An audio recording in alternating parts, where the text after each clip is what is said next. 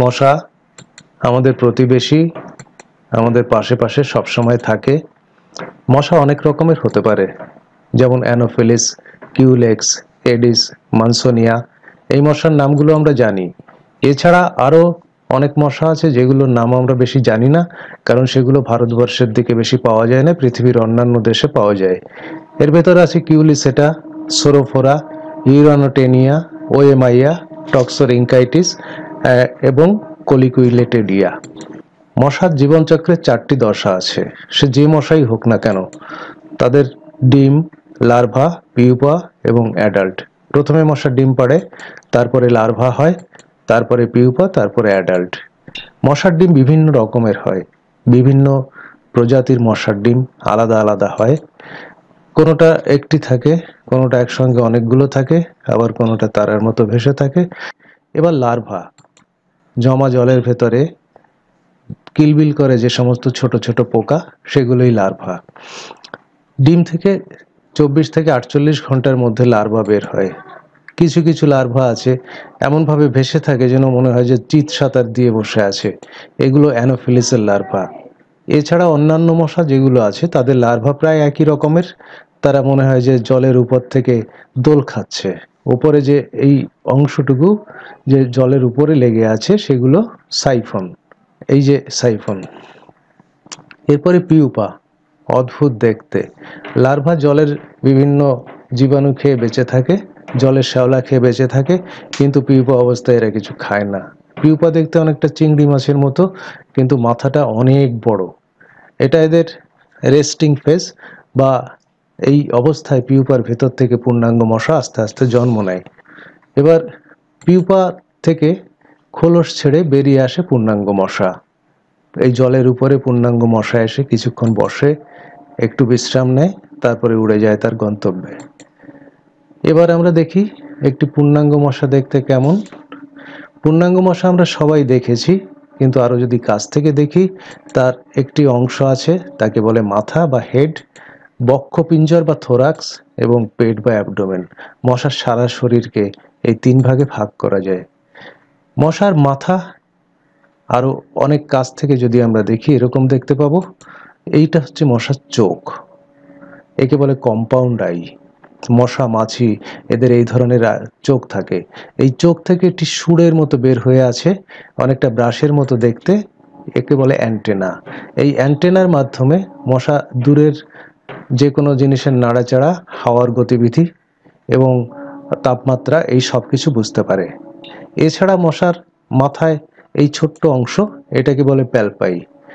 আমাদের যে নাক আছে, এই প্যালপাই অনেকটা নাকের মতো কাজ করে, কিন্তু এর তীব্রতর ঘ্রাণ শক্তি আছে।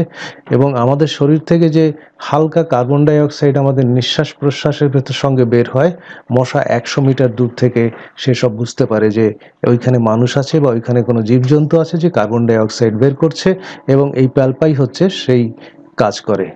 এছাড়া মশা রক্ত খায় কি দিয়ে? এই অংশটি রক্ত খাওয়ার জন্যে, এটাকে বলে, ইংরেজিতে বলে প্রোবোসিস। এর অনেকগুলো অংশ আছে, সেটা আমরা পরে যখন আরেকটি ভিডিও করব যে মশা কিভাবে রক্ত খায়, সেখানে বিস্তারিত বলা হবে।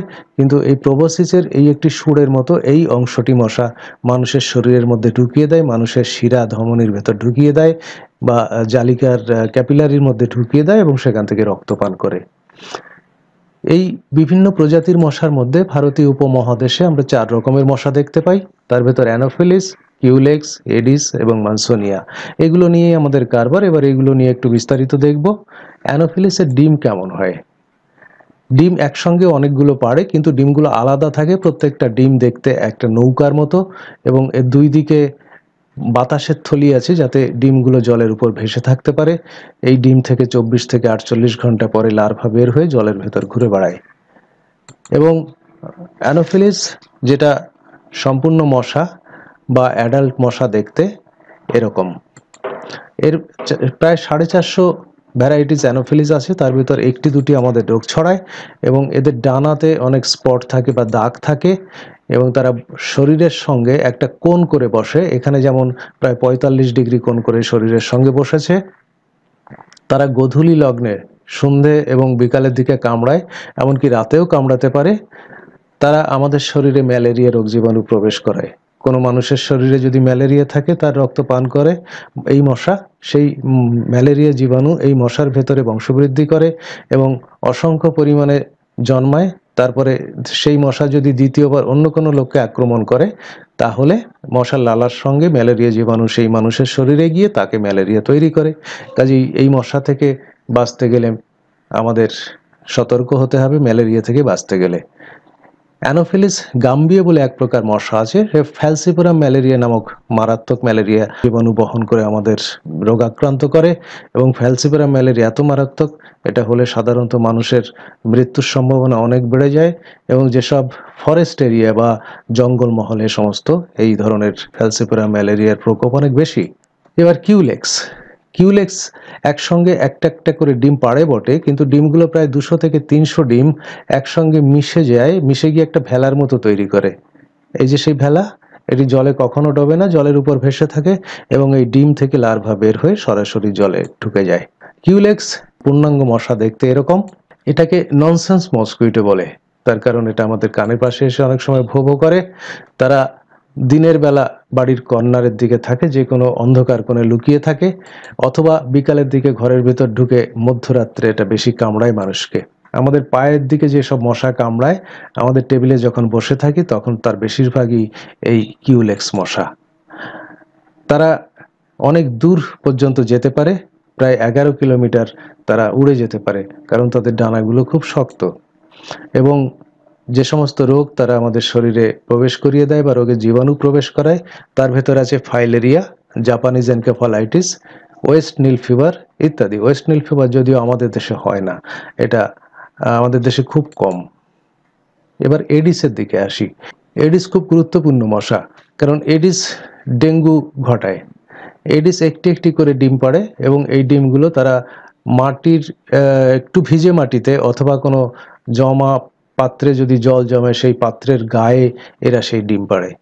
এবং জল যদি কোনো কারণে শুকিয়ে যায় বা জল যদি সেখানে জল না পায়, তাহলে এই ডিমগুলো প্রায় 6 মাস থেকে 1 বছর পর্যন্ত বেঁচে থাকে। পরে যখন পরের বর্ষায় যখন সেখানে জলের সংস্পর্শে এরা আসে, তখন এই ডিম থেকে লার্ভা বের হয়, লার্ভা থেকে আবার পূর্ণাঙ্গ মশা হয়।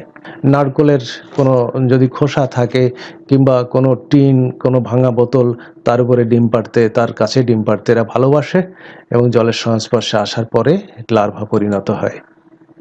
মশাটা দেখতে এরকম, এডিস মশা, প্রায় কালো, তার ভেতরে সাদা সাদা ব্যান্ড আছে, যেন অনেকটা বাঘের মতো দেখতে, এই জন্য একে বলা হয় বাঘ মশা। অনেকগুলো ভ্যারাইটি আছে।